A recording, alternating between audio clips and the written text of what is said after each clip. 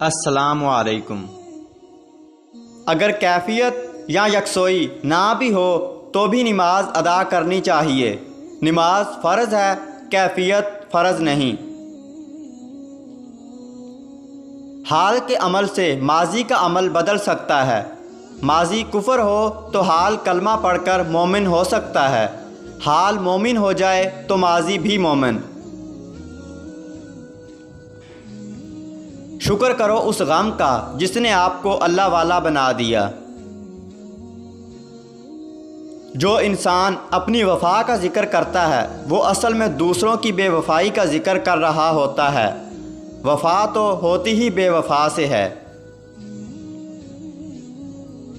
यतीम का माल खाने वाला 1000 यतीम खाने बनाए सुकून नहीं पाएगा।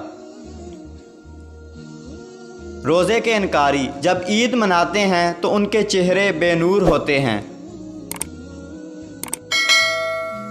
जिस शख्स का वतन में कोई महबूब ना हो वो वतन से मोहब्बत नहीं कर सकता।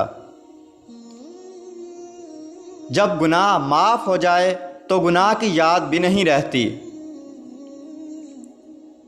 सेहत के लिए खुराक ज़रूरी है लेकिन खुराक सेहत नहीं। इंसानों की कदर में आपको अपना एहतराम समझ आएगा। दोस्तों, अगर वीडियो अच्छी लगी तो इस वीडियो को लाइक कीजिए और चैनल को सब्सक्राइब कीजिए और बेल आइकन दबाकर ऑल नोटिफिकेशन ऑन कर लीजिए।